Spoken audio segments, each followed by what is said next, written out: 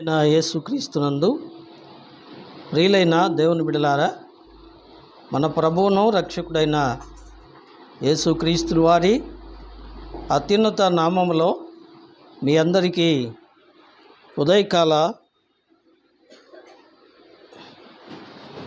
శుభములు తెలియచేస్తున్న దేవుని పరిశుద్ధ లేఖనంలో నుండి ఈ దినం ఆరాధన కొరకై రెండు మాటలు జ్ఞాపకం చేసుకుందాం. మొట్టమొదటిగా చదవండి, కీర్తన పుస్తకం 62వ అధ్యాయము. కీర్తన పుస్తకం 62వ అధ్యాయము 8వ వచనాన్ని చదువుకుందాం. జనులారా, ఎల్లప్పుడూ ఆయన యందు నమ్మిక ఉంచుడి, ఆయన సన్నిధిని మీ హృదయములు కుమ్మరించుడి. దేవుడు మనకు ఆశ్రయము. మరొక మాట, కీర్తన గ్రంథంలో నుండి 86వ కీర్తన 12, 13 వచనాలు అందరం కలిసి చదువుకుందాం. కీర్తన గ్రంథం 86వ కీర్తన, పాత నిబంధన 498వ పేజీ. అందరం కలిసి చదువుకుందాం. నా పూర్ణ హృదయముతో నేను నీకు కృతజ్ఞతాస్తుతులు చెల్లించెదను, నీ నామమును నిత్యము మహిమపరచెదను.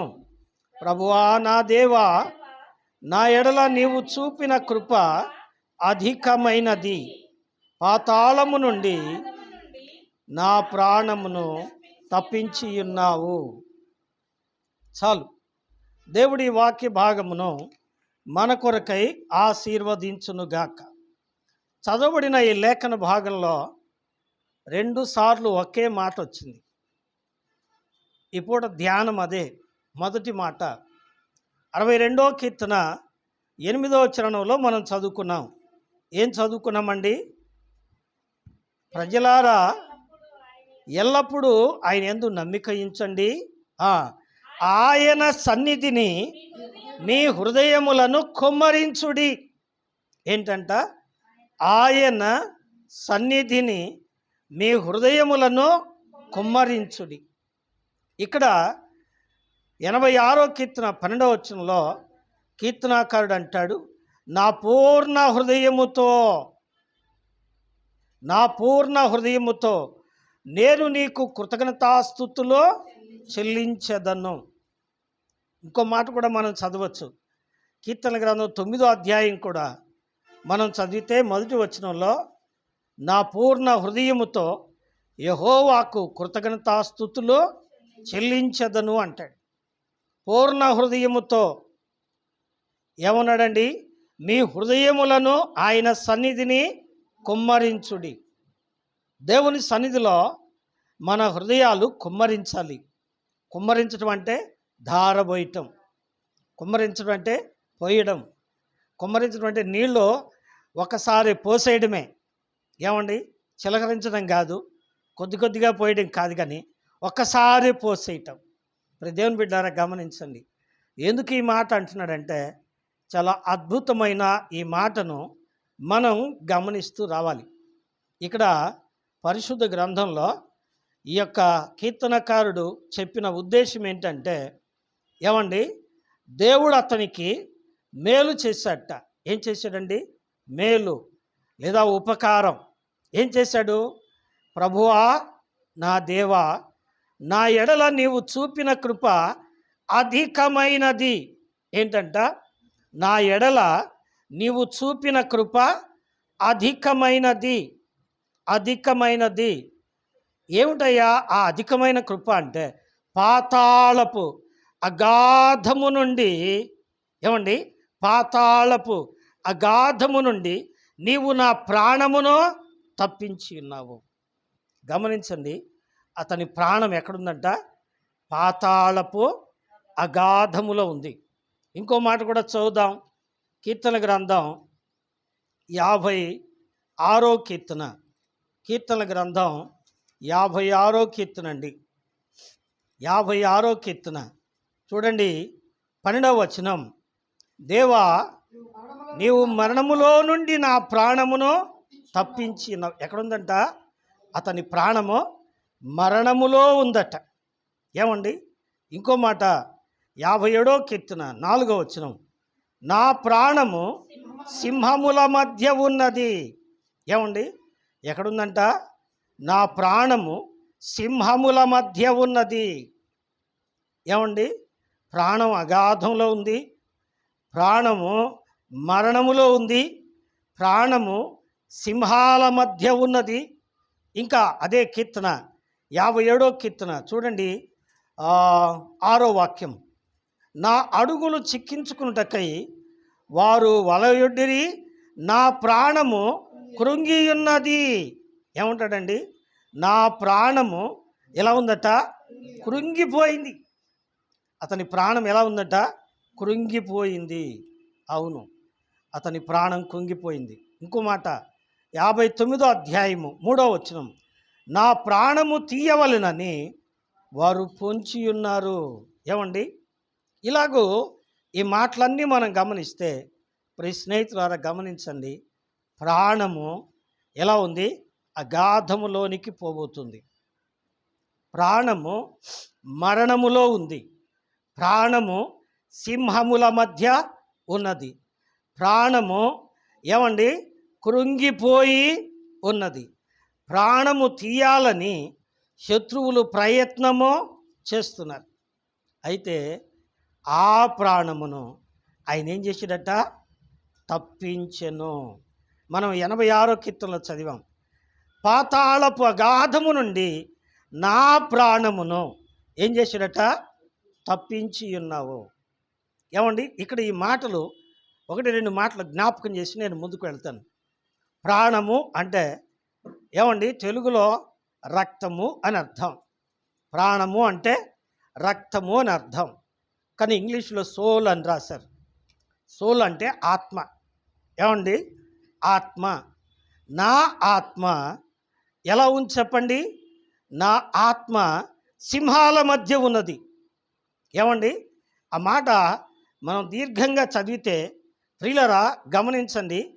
ఏమండి? నా ప్రాణము సింహముల మధ్య ఉన్నది, కోపోద్రేకుల మధ్యను నేను పండుకున్నాను, వారి దంతములు శూలములు అంబులు, వారి నాలుక వాడిగల కత్తి.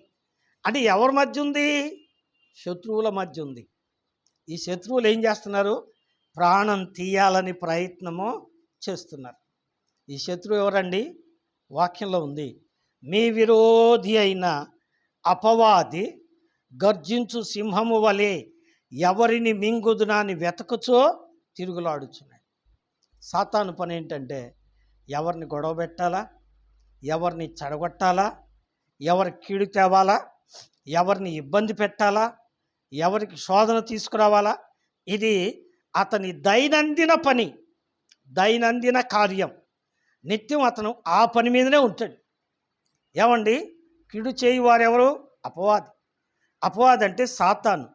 సాతాను తంత్రములు చేయువాడు, కుతంత్రములో చేయువాడు. నిజమే ప్రియులారా. సాతాను పట్టిన వాళ్ళు ఏం చేస్తారు చెప్పండి? ఏమండి? తమ తోటి వారికే, తమ స్నేహితులకే ఏం చేయాలి? కీడు చేస్తారు, చంపాలని ప్రయత్నమో చేస్తారు. ఇదొక బాధాకరమైన సన్నివేశం. నిజమే ప్రియులారా. ఈ మాట దావీదు ఎందుకు రాశాడంటే, దావీదు దేవుని బిడ్డలారా తన అన్నదమ్ములను ఎంతో ప్రేమించాడు. దావీదు తన రాజైన సౌలును ఎంతో గౌరవించాడు. ఏమండి? రాజైన ఆ యొక్క సొలొమోనును ప్రేమించి గౌరవించి ఇంత చేస్తే ఏం చేశాడండి? సౌలు ఈట తీసుకుని ఒక్క వేటుతో దావీదును చంపాలని ప్రయత్నం చేశాడు. ఎందుకంట దావీదు చచ్చిపోతే సౌలుకి ఇంకా ఎదురెవరో ఉండరు. కారణం ఏంటంటే దేవుడు కోరుకున్న రాజు దావీదు, దేవుడు తృణీకరించిన రాజు సౌలు. కాబట్టి ఈర్ష్యనే సాతాను కదండి. రెండవది, అన్నదమ్ములను ఎంతో ప్రేమించాడు. అయితే సౌలు అన్నాడు, ఎవరైనా కానీ దావీదును ప్రాణంతో కానీ శవం కానీ పట్టిస్తే నాకు ఇంత డబ్బు ఇస్తానని ప్రకటన చేశాడట. అలాగైతే అన్నదమ్ములు ఏం చేశారు చెప్పండి? అతన్ని పట్టుకొని రాజుకు అప్పగించి రాజు ఇచ్చే బహుమానం తెచ్చుకోవాలని ప్రయత్నించారు. ఎవరాళ్ళు? రక్త సంబంధులు, అన్నదమ్ములే. దేవుని బిడ్డారా గమనించండి, ఈ లోకంలో బంధాలు, బంధుత్వాలు, స్నేహాలు ఎలా ఉంటాయంటే ద్వేషంతో, అసూయతో, ఏమండి, ధనాపేక్షతో, స్వార్థంతో నిండుంటాయి. ఏమండి, నిజమే ప్రియులారా. అందుకనే అయ్యో నేను సింహాల మధ్య పండుకున్నాను, కోపోద్రేకుల మధ్య పండుకున్నాను, వారు నా ప్రాణం తీయాలని ప్రయత్నమో చేస్తున్నారు, నా ప్రాణము మరణంలో ఉంది. అంతేకాదు, నా ప్రాణము పాతాళానికి, అగాధానికి చిక్కిపోయింది. అయితే నువ్వేం చేసావండి? నా ప్రాణమును నీవు తప్పించి ఉన్నావు. ఏమంటాడు చెప్పండి? నా ప్రాణమును తప్పించి ఉన్నావు. నిజమే, మరణం నుండి తప్పించాట. అందుకే దావీదు అంటున్నాడు 103వ కీర్తన 1వ వచనంలో, నా ప్రాణమా యెహోవాను సన్నుతించుము, ఆయన చేసిన ఉపకారములలో నీవు దేనిని మరువకము అంటాడు. తన ప్రాణంతో చెప్పుకుంటున్నాడు. ప్రాణం అంటే ఏం చెప్పానండి ఇంతకుముందు? ఆత్మ. తన ఆత్మతో తాను బోధించుకుంటున్నాడు. ఎందుకంటే తన ఆత్మను ఏమండి మనుషులు తీసివేయాలని, కీడు చేయాలని చూచారు. కానీ దేవుడు అతని ఆత్మను కాపాడాడు. ఎలా కాపాడాడు? ముందుకు చూద్దాం. స్నేహితులారా, దేవుడు చేసిన మేలును బట్టి దావీదు 2 మాటలు అన్నాడు, మనం విన్నాం. ఒకటి 62వ కీర్తన 8వ వచనంలో ఏమన్నాడండి? మీ హృదయములో ఆయన సన్నిధిని కొమ్మరించుడి. ఏమ్మా? కొమ్మరించుడి. ఏమండి, ఇక్కడేమంటున్నాడంటే నా పూర్ణ హృదయముతో నేను యెహోవాకు కృతజ్ఞతాస్తుతులు చెల్లిస్తాను అన్నాడు. ఎందుకు అట? దీన్ని వివరంగా మనం చూసుకొని ముగించుకుందాం.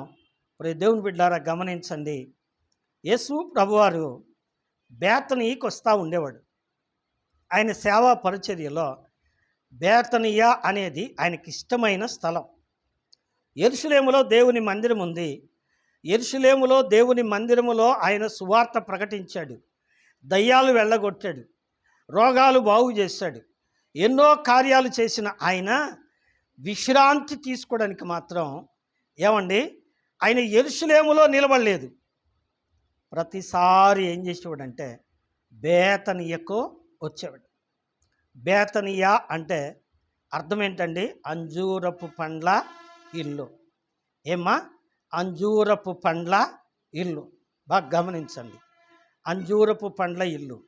అంజూరపు పండ్లు ఏమండి? అంజూరపు చెట్టు యూదా జనాంగానికి సూచన. యూదా జనాంగానికి సూచన. ఇర్మియా గ్రంథం ప్రకారం అంజూరపు పండ్లు ఇశ్రాయేలీలకు సూచన.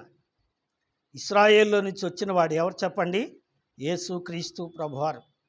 రోమీయులకు రాసిన పత్రిక 9వ అధ్యాయము 5వ వాక్యం మనం చదివితే, శరీరమును బట్టి ఆయన వారిలో జన్మించెను. ఏమండి? వారు ఆయన ప్రజలు. ఈయన ఎవరు? సర్వాధికారి అయిన దేవుడై ఉండి నిరంతరము స్తోత్రార్హుడై ఉన్నాడు. కాబట్టి ఈయన కూడా అంజూరపు పండే. అయితే ఇప్పుడు దేవుని బిడ్డారా, గత కాలంలో మనం జ్ఞాపకం చేసుకున్నాం. యెషయా గ్రంథం 38వ అధ్యాయంలో ఒక రాజు ఉన్నాడు. ఆ రాజు పేరు ఏం పేరండి? హిజ్కియా. హిజ్కియాకి ఏమొచ్చిందండి? మరణకరమైన రోగం. ఏంటిది? రాచపుండు వచ్చింది. ఈ రాచపుండు బాగుపడక ఏడుస్తున్నాడు. అయితే యెషయా ప్రవక్త ఏం చెప్పాడండి? ఆ అధ్యాయం 38వ అధ్యాయం చివరి 2 వచనాలు మీ తర్వాత చదువుకోండి. అక్కడ అంటున్నాడు, మీరు త్వరగా వెళ్ళి అంజూరపు పండ్ల ముద్ద తీసుకువచ్చి అతని యొక్క పుండుకో కట్టవలను అంటాడు. ఏంటంట? అంజూరపు పండ్ల ముద్ద. ఎట్టొస్తుంది అది? అంజూరపు పండ్లను నలగొడితే ఏమొస్తుంది చెప్పండి? ముద్ద వస్తుంది కదండి. ముద్ద. కాయల్ని బాగా నలగొడితే ఏమొస్తుంది? ముద్ద వస్తుంది. నిజమే. ఏమండి, మనం కూడా ఏం చేస్తాం? పచ్చళ్ళు చేస్తాం. పచ్చళ్ళు చేయాలంటే ఏం చేయాలి? కాయల్ని పగలగొట్టాలి, కాయల్ని విరవాలి, ఆ తర్వాత మెత్తగా దంచాలి. ఏమండి, ఇప్పుడైతే మిక్సీలో వచ్చేవి, కానీ ఒకప్పుడు ఏం చేసేవాళ్ళు చెప్పండి? రోట్లో వేసి బాగా నూరేవాళ్ళు. అలాగ నూరితే ముద్ద వస్తుంది. ఆ ముద్దే అంజూరపు పండ్ల ముద్ద. ఇప్పుడు దేవుని బిడ్డలారా, ఆ రోల్ ఏంటంటే సిలువ, ఆ పండు యేసయ్య. యేసయ్య సిలువలో నలగగొట్టబడడం ద్వారా ఏమొచ్చింది చెప్పండి? ముద్ద వచ్చింది. ఆ యేసయ్య సిలువ శ్రమ ముద్దే ఏమండి? ఆయన శరీరం. ఏమండి? ఆయన శరీరం. ఆ శరీరం తీసుకొచ్చి ఆయన పుండు కడితే ఏమైందంట? మానిపోయింది. అందుకే యెషయా గ్రంథం 53వ అధ్యాయంలో మనం చదువుతాం, అతడు పొందిన దెబ్బల చేత మనకు స్వస్థత కలుగుతుంది. ఇప్పుడు గమనించండి, అంజూరపు పండ్ల ఇల్లు అంటే దేవుని బిడ్డలు ఉండే ఇల్లు ఏంటి చెప్పండి? బేతనీయ.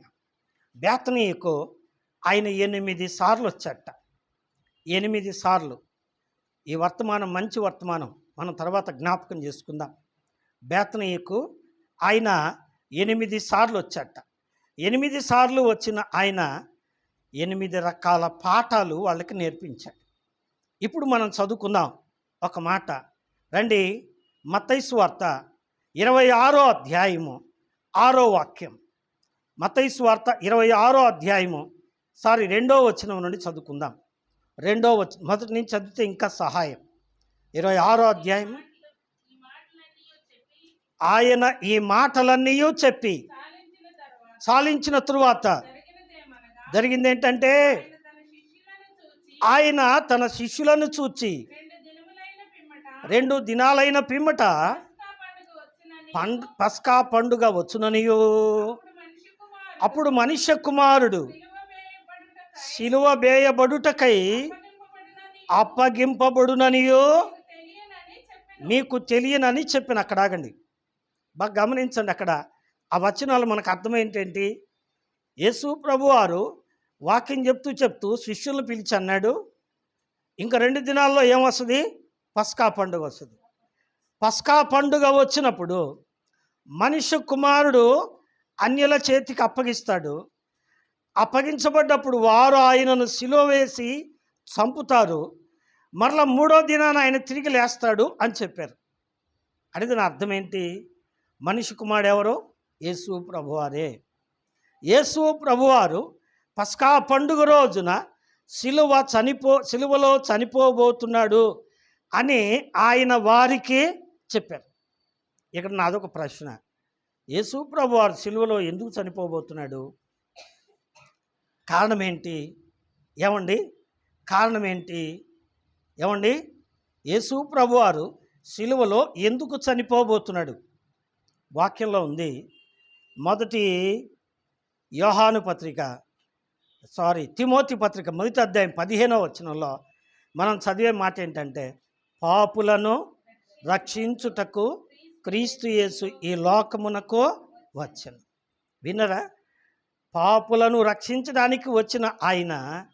ఏమండి, పేతురు రాసిన మొదటి పత్రిక 2వ అధ్యాయం 24వ వచనం ప్రకారం, మనం పాపల విషయమై చనిపోయి నీతి విషయమై జీవించున్నట్లు ఆయన తానే తన శరీరమందు మన పాపములను మాను మీద మోసుకొనెను.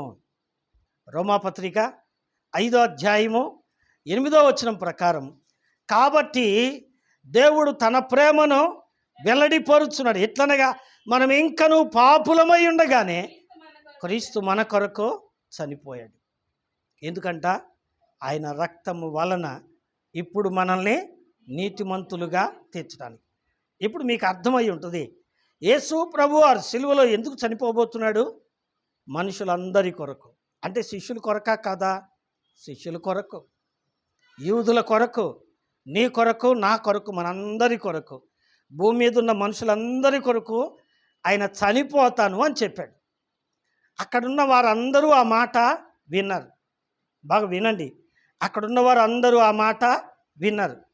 శిష్యులు విన్నారు, ఆ తర్వాత అక్కడున్న వారు అందరూ విన్నారు. ఇప్పుడు రండి 6వ వచనం.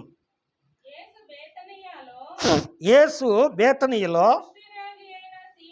కుష్ఠరోగి అయిన సీమోను ఇంట ఉన్నప్పుడు ఒక స్త్రీ మిక్కిలి విలువ గల అత్తరు బుడ్డి తీసుకొని ఆయన యొద్దకు వచ్చి ఆయన భోజనమునకు కూర్చుండి ఉండగా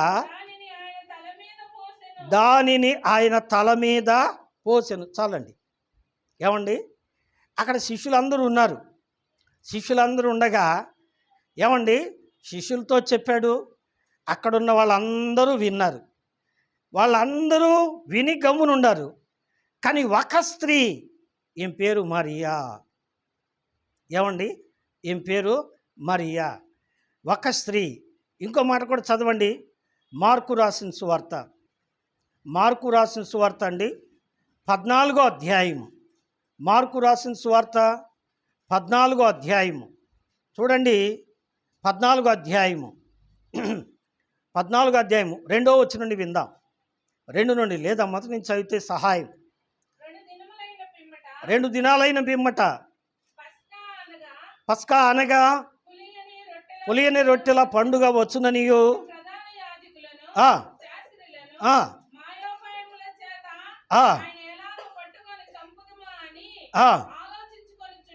ఆలోచించుకొనుచుండగా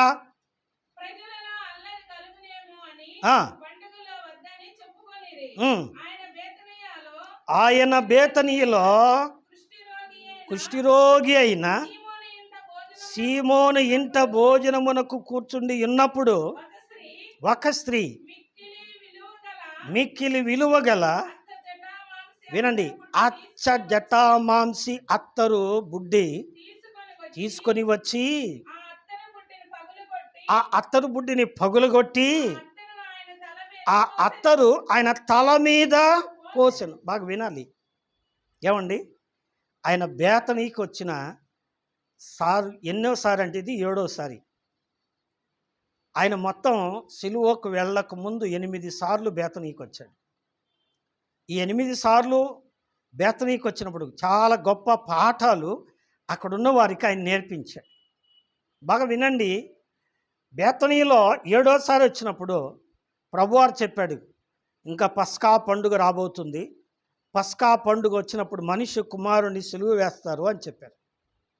మిగిలిన వాళ్ళందరూ విన్నారు, మౌనంగా తింటా కూర్చున్నారు. కానీ అక్కడున్న ఒక స్త్రీ ఏం చేసింది చెప్పండి? ఒక అత్తరు బుడ్డి తీసుకుని, ఎటువంటిదట? అచ్చ జటామాంసి అత్తరు. ఎటువంటిది? విలువైనది. అక్కడ రాయబడ్డ మాట బహు విలువైనది, విలువైన అత్తరు బుడ్డి. ఆ విలువైన అత్తరు బుడ్డి తీసుకొచ్చింది. దాని విలువ ఎంత? ఏమండి, ఏమండి, ఆ విలువ ఎంత అని మనం ఆలోచన చేస్తే, ప్రియులరా, వాక్యంలో ఉంది 106 అంటే కుదరదమ్మా. దానికి అర్థం ఉంది. ఎంతంటే మనం వాక్యంలో చదివితే ఆ అత్తరు బుడ్డి విలువ ఎంత అంటే, అక్కడ ఒక శిష్యులు మాట్లాడుతున్నాడు. మీరు ఆ భాగాన్ని తర్వాత చదువుకోండి, సమయం వృధా అవుతుంది. ఆమె వచ్చింది, అత్తరు బుడ్డి తీసుకొచ్చింది, పగులగొట్టింది, యేసయ్య తల మీద పోసింది, ఆయన కాళ్ళ దగ్గరకు వచ్చింది, కన్నీళ్లతో ఆయన పాదాలు కడిగి తల వెంట్రుకలతో ఆయన పాదాలు తుడిచి ముద్దు పెట్టుకుంటూ ఉంది. ఆ పాదాలని ఏడుస్తూ ఉంది. శిష్యుల్లో ఒక ఆయన, ఎవరు చెప్పండి? ఆయన పేరు ఇస్కరియోతు యోధ. ఆయన అన్నాడు, ఈ అత్తరు ఎందుకు వృధా చేయడం? ఏంటిదంట అది? అత్తరు. ఎటువంటి అత్తరు? అచ్చ జటామాంసి అత్తరు. మిక్కిలి విలువగల అని మత్తయి సువార్తలో మనం చదివాం. మిక్కిలి విలువగల. దాని విలువ ఎంత? కింద ఆయన చెప్పుకొచ్చాడు, 300 దేనారములకు అమ్మి అన్నాడు. దాని కాస్ట్ ఎంత? ఏమండి, అఫ్కోర్స్ ఆయన మంచి బిజినెస్ మ్యాన్ ఉండవచ్చు. దాని విలువ చెప్పాడు. ఆ అత్తరు బుడ్డి విలువ ఎంత? ఏమండి, 300 దేనారములు. దేనారం అంటే ఆ దినాల్లో ఉన్న విలువ ప్రకారం ₹1/2. ఏమ్మా, దేనారం అంటే ఎంత చెప్పండి? ₹1/2. ఇప్పుడు అమ్మగారు కలిపి చెప్పారు 300 దేనారులు అంటే ఏమండి, 3 అర్ధలో ఏమండి 15, 150, అక్కడ రాశారు ₹160 కావచ్చేమో అని రాశారు. అయితే 160 పెద్ద గొప్ప ఏంది అని మనకు అనిపించవచ్చు కదండి. 120 పెద్ద గొప్ప ఏమీ కాదు అని మనకు అనిపించవచ్చు. కానీ ఆ దినాల్లో ఆ దేనారం విలువ ఎంత తెలుసండి? మత్తయి సువార్త 20వ అధ్యాయము చూడండి. మత్తయి రాసిన సువార్త 20వ అధ్యాయము ఏమండి చదవండి. 20వ అధ్యాయం తీసారా? మత్తయి రాసిన సువార్త 20వ అధ్యాయం తీసారా? 2వ వచనం చదవండి. 2వ వచనం.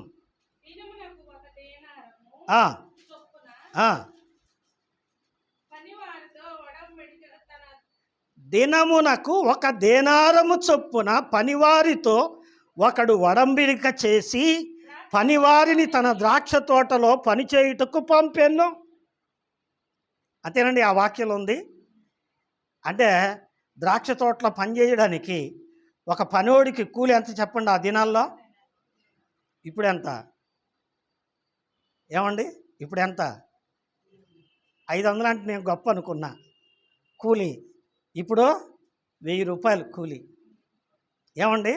ఆ దినాల్లో 10 రూపాయి అంటే ఇప్పుడు లెక్క వేసుకోండి. 10 రూపాయి అంటే ఈ దినాల్లో కొలిస్తే ఎంత చెప్పండి? 1000 రూపాయలు. ఏమ్మా? ఒక రోజుకు ₹1/2 కూలి అంటే ఒక వ్యక్తి ఒక దినం శ్రమిస్తే సంపాదించే సంపాదన ఆ దినాల్లో ఎంత? దేనారము ₹1/2. అంటే 300 దేనారాలు కావాలంటే ఎన్ని రోజులు శ్రమ పడాలి? 300 రోజులు. సెలవులు బాను మొత్తం ఓ సంవత్సరం పట్టొచ్చేమో 300 రూపాయలు సంపాదించాలంటే కదండి. 300 దేనారాలు సంపాదించడానికి ఒక వ్యక్తి సంవత్సరం కష్టపడాలి. కానీ ఆ తల్లి ఏం చేసింది చెప్పండి? సంవత్సర సంపాదన మొత్తం పోగేసి ఏం చేసింది? ఒక అత్తరు బుడ్డి కొన్నది. ఎటువంటిది? మిక్కిలి విలువ గలది. ఏమండి? అత్తరు బుడ్డిని చూసారా మీరు? చూసే ఉంటారు, వాడే ఉంటారు. ఏమండి? చూడండి నేనే, వాడంది నేనే. అత్తరు బుడ్డి ఎంత ఉంటుంది చెప్పండి? ఇంత ఉంటుంది. పోతే ఎంత ఉంటుంది? బుడ్డి ఇంతలా ఉన్నా కానీ దాని మూతి ఎంత ఉంటుందండి? ఇంతే ఉంటుంది. ఎందుకో చెప్పండి? ఎందుకు? ఏమండి? పెద్ద మూతి ఉంటే వంచగానే కింద పోయిద్ది. కింద పోతే ఏమైంది? వేస్ట్ అయిపోద్ది. ఎందుకంటే ఖరీదైంది కదా. అందుకని ఏం చేస్తారు? చిన్న మూతి పెడతారు. ఇంకొకళ్ళు ఏం చేస్తారంటే మూతి మీద ఏలు పెట్టి ఇట్ట అంటారు. ఎందుకు చెప్పండి? ఊరకు తడి చేసుకోవడమే కదా. దాన్ని ఒప్పుకోవటం కాదు, తడి చేసుకొని పూసుకుంటారు కదండి. ఎంత విలువ! ఏమండి? దానికి ఎంత విలువ! కానీ ఈ తల్లి అత్తరు బుడ్డి కొనుక్కొచ్చి ఏం చేసింది? ఒక్కరో తడి చేయలా. అంతేనండి. అత్తరు అంతేనే చేస్తారా? ఇట్టని ఇట్ట పూసి చూసుకో వాసన అంటాడు ఎవడో అత్తరు అమ్మేవాడు. ఏమండి? ఒకరు చేతిలో పోయిరాదు అంటే ఓయమ్మా అంత నేను అడిచేదయ్యా, ఎంత డబ్బు కావాలా అంటాడు కదండి. కానీ ఆ అమ్మ ఏం చేసిందండి? 300 దేనారములతో అత్తరు బుడ్డి కొనుక్కొచ్చి ఏం చేసిందమ్మా? జాగ్రత్తగా ఒక్కొక్క బొట్టు ఆయన పాదాల మీద, తల మీద, చేతుల మీద పోతుందా? లే. ఏమండి? She break. ఏమండి? బ్రేక్ అంటే పగలగొట్టింది. ప్రియ మొగ్గ దాచిన అత్తరు భరణి, ప్రియ మొగ్గ దాచిన అత్తరు భరణి, పగులగొట్టి నిన్ను పూజింతును, పగులగొట్టి నిన్ను పూజింతును, నీ ప్రేమను నే ఎన్నగ తరమా, నీ ప్రేమను నే ఎన్నగ తరమా, నా జీవితమున చాలిన ప్రభువా, నా జీవితమున చాలిన ప్రభువా, ఆరాధించెదా నిన్ను మది పొగడేదా, నిరతము నిన్ను స్తుతించెదను. ఏమండి? అత్తరు బుడ్డిని ఏం చేసిందంట? పగలగొట్టేసింది. పగలగొడితే లోపల అత్తరు ఉంటుందా? జారిపోయిద్దా? ఏమండి? ఒలికిపోయిద్ది కదండి. బుడ్డి పగలగొట్టేసింది. పగలగొట్టి మొత్తం వంపేసింది. ఎక్కడ వంపేసింది చెప్పండి? ఆయన తల మీద. ఆయన తల తడిచిపోయింది, భుజాలు తడిచిపోయినాయి, చొక్కా తడిచిపోయింది, కాళ్ళ వరకు వచ్చింది. ఏమండి, ఆయన ఒళ్ళంతా ఏమొచ్చింది చెప్పండి? గుమ్మ గుమ్మ గుమ్మ గుమ్మలాడి. నిజమే ప్రియులారా, ఎందుకు చేసావమ్మా అలాగా? వాళ్ళు అడుగుతున్నారు. ఇది వేస్ట్ కదా, ఇన్ని వందల రూపాయలు పెట్టి ఈ అత్తను కొనుక్కొచ్చి ఆయన మీద పోసావు, ఏమి లాభం చెప్పు? వాళ్ళు ఏం చెప్తున్నారు చెప్పండి? ఏం లాభం అంటే ఆమె అడుగుతుంది, అత్తడి బుడ్డి పగలు కొడితే ఇంత ఖర్చు అని చెప్పి నువ్వు అట్ట అంటున్నావే, ఆయన ఏం చేశాడో తెలుసా? ఏం చేశాడు చెప్పండి? రండి వాక్యంలోకి వెళదాం. యెషయా గ్రంథం 53వ అధ్యాయము. యెషయా గ్రంథం 53వ అధ్యాయము 12వ వచనం. యెషయా గ్రంథం 53వ అధ్యాయము 12వ వచనం. కావున గొప్పవారితో నేను అతనికి పాలు పంచి పెట్టెదను, గనులతో కలిసి అతడు కొల్ల సొమ్ము విభాగించుకొనును. ఏలయనగా, వినండి, ఏలయనగా మరణమునందునట్టు అతడు తన ప్రాణమును హిప్పోడ్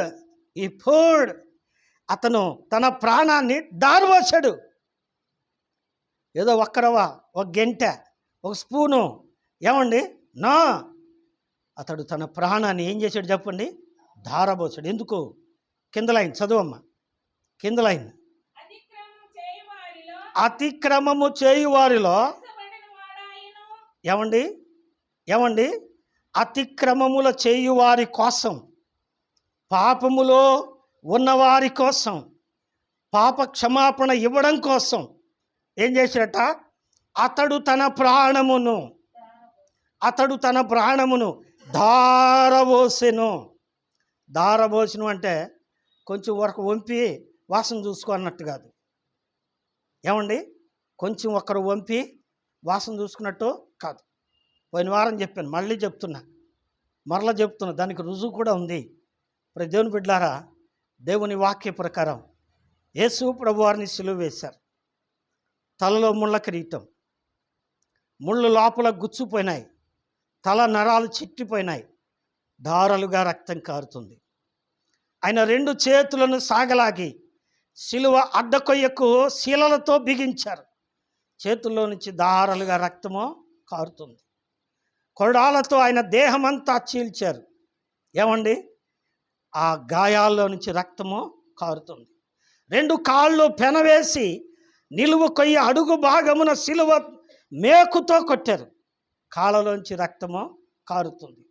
సమ్మసిల్లిపోయి బిగ్గరగా కేక వేసి తల దించుకున్నాడు యేసయ్య. ఏమండి, తల దించుకున్నాడు యేసయ్య. పొద్దుగోకింది.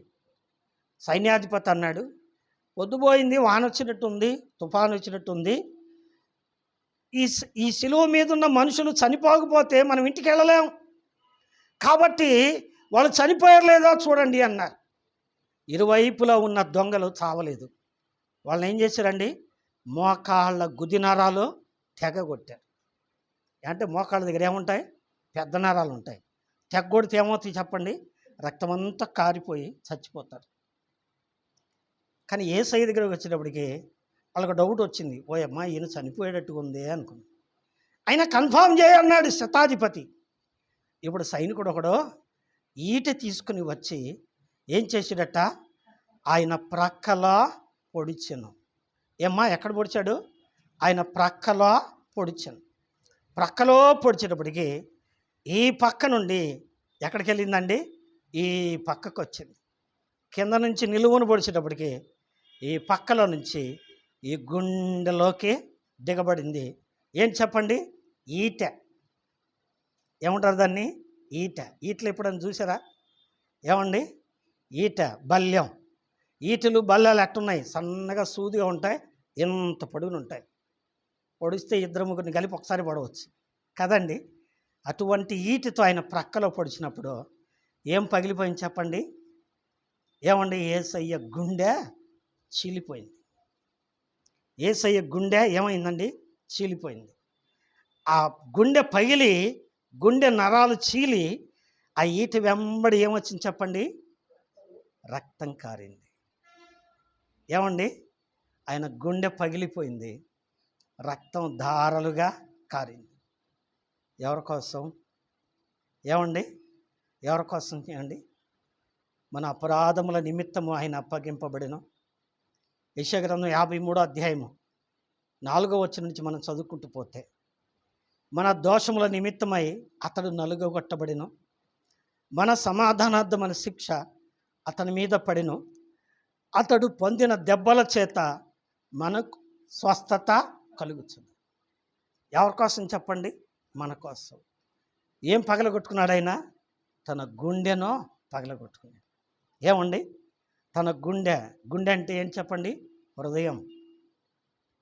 గుండె అంటే వ్యవహారిక భాష, గ్రాంధిక భాష ఏం చెప్పండి? హృదయం. ఆయన హృదయం ఈటితో పొడిచినప్పుడు ఏమని చెప్పండి? చీలిపోయింది. ఆ చీలిపోయిన ఆ గుండెలో నుంచి కడరిక్తపు బిందు వరకు రక్తమునో నీరునో తీసుకోండి. ఒక బాటిల్ తీసుకోండి, లేకపోతే అర బాటిల్ తీసుకోండి, ఒక 100 గ్రాములు, ఒక 50 గ్రాములు తీసుకోండి అని అనలేదు యేసయ్య. ఏం చేశాడు చెప్పండి? తన దేహములో ఉన్న చివరి రక్తపు బిందువు వరకు. అందుకని యెషయా ప్రవక్త రాశాడు, మరణము పొందునంతగా అతడు తన ప్రాణమును ధారబోసెను. ఏం చేశాడట? ధారబోసాడు. ఇప్పుడు మనం ఏం చేయాలా చెప్పండి? ఏం చేయాలి చెప్పండి? ఒక ఆయన జేబులో చేయి పెట్టాడు. ఎందుకో? కానుక వేయటానికి. జేబులో చేయి పెడితే అన్నీ ఏం తగులుతున్నాయి చెప్పండి? కాగితాలు తగులుతున్నాయి, పెద్ద పెద్ద కాగితాలు. నెడుతున్నాడు, కింద చిల్లర తగలట్లా, నెట్టాడు. అడుగు నక్క తగిలింది. ఏం బిళ్ళ చెప్పండి? పావలా బిళ్ళ. ఇప్పుడు చల్తాయా అండి? పోనీ 10 రూపాయల బిళ్ళ చల్లవు. అదే ఉంది, మిగతా అన్ని కాగితాలు. వాయమ్మా, కాగితాలు ఎత్తి ఎట్ట చెప్పు. అందుకని ఏం చేశాడు? ఆ చల్లని ఆ పావలా బిళ్ళ తీసుకొచ్చి అటు ఇటు చూసి టంగుని వేసాడు. చల్లంది శబ్దం వచ్చుద్ది, చెల్లేది శబ్దమో రాదు. ఏమండి? రాదు. అన్నీ ఉన్న ఆకు ఎట్లుంటుంది చెప్పండి? అనిగే ఉంటుంది. ఏమీ లేనిది ఏమై చెప్పండి? ఎగిరి పడుతుంటుంది కదా. నిజమే ప్రియులారా. ప్రభువు మన కోసం ఏం చేసాడు చెప్పండి? మరి ఇంకా ఆయన ఏమీ దాచుకోలేదు. ఆయన సంపూర్ణంగా మనకిచ్చాడు. ఏమ్మా? సంపూర్ణంగా మనకిచ్చాడు. పరిపూర్ణంగా తన బ్రతుకును, తన ప్రాణాన్ని, తన రక్తాన్ని మన కొరకు ఏం చేశాడట? ధారబోసాడు. ధారగా పోసాడంటే కొంచెం పోసాడా? ఊరక తడి చేశాడా? ఒక్కొక్క బొట్టు పోసాడంటే లేదు, మొత్తం ఒకసారి కుమ్మరించాడు. కుమ్మరించబడిన ప్రేమ. యేసయ్య ప్రేమ ఏం ప్రేమ చెప్పండి? ఏమండి? ఒకరోజు చూపించి ఈ పూటకు చాలులే, ఒక్కరోజు చూపించి ఈ వారానికి చాలులే అనేది కాదు. ఏం చెప్పండి? దాచుకోకుండా సమస్తాన్ని ఇష్టపూర్వకంగా ధారబోసిన ప్రేమ. ఇంతగా ప్రభు ప్రేమిస్తే ఏమండి? ఇదెందుకు అదెందుకు అంటావేందన్నా? ఏమండి? అదెందుకు అంటావేందన్నా? యోధా అన్న మరి ఏం చేయాలమ్మా? ఇదిగో దేవా నా జీవితం ఆపాదమస్తకం నీకంకితం, శరణం నీ శరణం, శరణం నీ శరణం, ఇదిగో దేవా నా జీవితం ఆపాదమస్తకం నీకంకితం. ఆమెట ఏమండి? సమయం అయిపోయింది, అందుకని ముగిచేస్తున్నా. ఆమెట ఆ యొక్క అత్తరుతో ఆయనను అభిషేకించిందట. ఏమండి? She anointed him. ఆయనను ఆమె ఆ యొక్క అత్తరుతో ఏం చేసిందంట? అభిషేకం చేసిందంట. ఎందుకోసం? ఎఫెసీ పత్రిక 5వ అధ్యాయం 27వ వచనం. ఏమండి? క్రీస్తు సంఘమును ప్రేమించి కళంకమైన, ముడతైన, మచ్చైన, డాగ్ అయినా అటుది మరి ఏదైనా ఉండకూడదని నిర్దోషమైన నిష్కళంకమైనదిగా మహిమగల సంఘంగా తన ఎదుట ఉంచుకోవాలని దానికోసం తన్ను తాను ధారపోసుకున్నాడు. ఎట ధారపోసాడండి? వాక్యమును ఉదకముతో స్నానం చేయించాడు. కాళ్ళు కడుక్కోవాలంటే చెంబడి సరిపోతాయా? ఓ అమ్మ ఇప్పుడు చాలట్లా. ఏమండి, పంపు తిప్పితే పంపు ఆగట్లా కాళ్ళు కడుక్కోవడానికే. ఏమంటారు? ఇంతకుముందు చెముతో కడుక్కునేవాళ్ళు, ఇప్పుడు పంపు తిప్పితే ట్యాంకులో నీళ్ళు అయిపోయినా కానీ కాళ్ళు కడగటం పూర్తిగా అట్లా కదండి. నిజమే. అలాగైతే స్నానం చేయాలంటే ఎన్ని నీళ్ళు కావాలి? ప్రియ సంఘమా, నీ బ్రతుకును బాగు చేయడానికి, నీ జీవితాన్ని బాగు చేయడానికి ఆయన తన రక్తముతో నిన్ను శుద్ధి చేశాట. తన రక్తముతో నీకు స్నానము చేయించాట. ఏమండి, ప్రకటన 1:6 ప్రకారం, ప్రకటన 1:6 ఆయన మనలను ప్రేమించుచు తన రక్తము వలన మన పాపముల నుండి మనలను కడిగాను. ఏం చేశాడండి? కడిగాడు. దేంతో కడిగాడు? నీళ్లతో కాదు, తన రక్తంతో కడిగాడు. తన రక్తాన్ని దారబోసి నీ బ్రతుకును నా బ్రతుకును కడిగాడు. రక్తం కలుషహరణం. రక్తం చిందించబడకుండా పాప క్షమాపణ. ఆయన తన ప్రాణాన్ని దారబోసి నిన్ను కడిగి పవిత్రపరిచి పరిశుద్ధపరిచి నీ బ్రతుకును బాగు చేస్తే, ఏమండి, ఇంతెందుకు అంతెందుకు అంటావు ఏందన్నా యోధా అన్న, ఇస్కరియోతు యోధా అన్న? ఎందుకంటే నా తమ్ముడు చనిపోయాడు, లాజరు చనిపోయాడు, మేము ఏడుస్తున్నాం. ఎంత ఏడ్చాము అంటే, మా తమ్ముడు చనిపోయి వాడిని సమాధిలో కూడా పెట్టామయ్యా, అంత ఏడ్చాం. ఇక మా తమ్ముడు చచ్చిపోయాడని ఏడుస్తుంటే యేసయ్య వచ్చి ఏం చేశాడు? సమాధిలో ఉన్నవాడిని బయటికి తీసి సజీవుడిగా మాకు ఇచ్చాడు.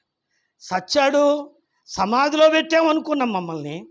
ఆయన ఏం చేశాడు? సంతోషింప చేశాడు. ఎంత సంతోషం చెప్పండి. చనిపోయినవాడు, సమాధిలో పెట్టబడినవాడు, ఇంకా లేడులే అనుకొని ఏడ్చి ఏడ్చి ఏడ్చి ఏడ్చి ఏడ్చి ఏడ్చి ఏడ్చి ఏడ్చి ఏడ్చి కూర్చుంది మరియమ్మ. ప్రభు అన్నాడు, నీవు నమ్మిన ఎడల దేవుని మహిమను చూస్తావమ్మా అన్నాడు. లాజరు లేచి బయటికి రానగానే చనిపోయిన వాడు తిరిగి లేచి వచ్చాడు.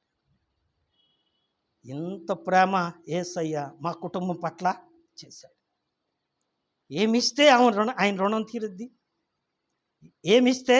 అందుకే ఏమండి 51వ కీర్తనలు అంటాడు చూడండి.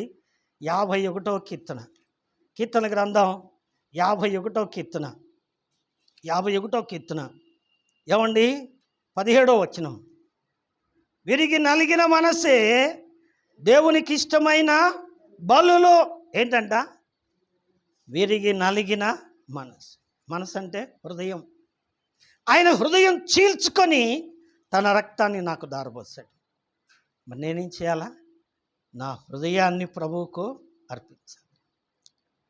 ఏమండి, ఆమె ప్రార్థన చేస్తుందా? అయ్యా నీకు నేను అత్తరిస్తా కానీ నాకు ఉద్యోగం ఇయ్యా అని అడిగిందా? లేదు. ఏమండి, నీకు నేను అత్తరిస్తా కానీ నాకు మంచి ఇల్లు ఇయ్యా అని అడిగిందా? లేదు. ఆమె ఏం అడగట్లా, కృతజ్ఞతగా తన బ్రతుకును దారబోసింది. ఆ అత్తరు బుడ్డిని పగలగొట్టి ఆయన తల మీద పోసినప్పటికీ ఆ ఇల్లంతా ఏమైందండి? అత్తరు వాసన, సంతోషం, ఆనందం. అందుకే ప్రభు అన్నాడు, ఈమె నా నిమిత్తము మంచి కార్యము చేసింది. అక్కడే ఉంది, మాత్రం చదువుకోండి. ఏం చెప్తున్నాడు ఆయన? మీరేమో తొందరపెట్టబాకండి. ఈమె నా నిమిత్తం ఏం చేసింది? మంచి కార్యం. యెహోవాను స్తుతించుట మంచిది, ప్రభువుకు మన హృదయాన్ని ఇవ్వటం మంచిది. బాబు అమ్మ, నీ కొరకు యేసయ్య చేసిన త్యాగం ఎంత గొప్పది. అలాగైతే యేసయ్యకు నువ్వేమిస్తున్నావు? కృతజ్ఞతగా ఆయన్ని ఏ విధంగా ప్రేమిస్తున్నావు? చిలక పలుకులతో 2 మాటలు చెప్పేసి వెళ్ళిపోదామా? ఏదో ఆదివారం తీరినప్పుడు వచ్చిపోదామా? ఏమిస్తే ఆయన రుణం తీరిద్ది? ఏమండి, ఏమిస్తే ఆయన రుణం తీరిద్ది? ఆయనకి ఏం కావాలి? ఏమండి, సామెతలు 23:26 ఉంది, నా కుమారుడా నీ హృదయమును నాకు. మన హృదయాన్ని ప్రభువుకి ఇవ్వాలి. మన హృదయాన్ని ఇంకెక్కడ పెట్టుకోకూడదు, యేసయ్యకి ఇవ్వాలి. ప్రభువుకిచ్చి హృదయపూర్వకంగా నిండు మనసుతో, నా పూర్ణ హృదయముతో నేను యెహోవాకు కృతజ్ఞతాస్తుతి చెల్లించు. ఈ పూట వాక్యం వింటున్న ప్రియ స్నేహితుడా, సోదరి, కృతజ్ఞతతో ఆయన ఆరాధిస్తున్నావా? ఆయన చేసిన మేళను జ్ఞాపకం చేసుకుంటున్నావా? నీ కొరకు ఆయన చేసిన త్యాగం ఎంతో గొప్పది. మరి నువ్వు ఆయన్ని ఎలా ప్రేమిస్తున్నావు? ఏ విధంగా ప్రేమిస్తున్నావు? ఒక్కసారి నిన్ను నీవు పరిశీలించుకొని, పరీక్షించుకొని, కృతజ్ఞతతో నిన్ను నీవు ప్రభువుకు సమర్పించుకొని ఆయన్ని ఆరాధించాలని ప్రభు పేరిట మనవి చేస్తూ మాటలు ముగిస్తున్నాను. దేవుడు తన మాటలను మన కొరకై ఆశీర్వదించునుగాక. ఆమెన్. ఆరాధనా ఆరాధనా ఆత్మీయమైన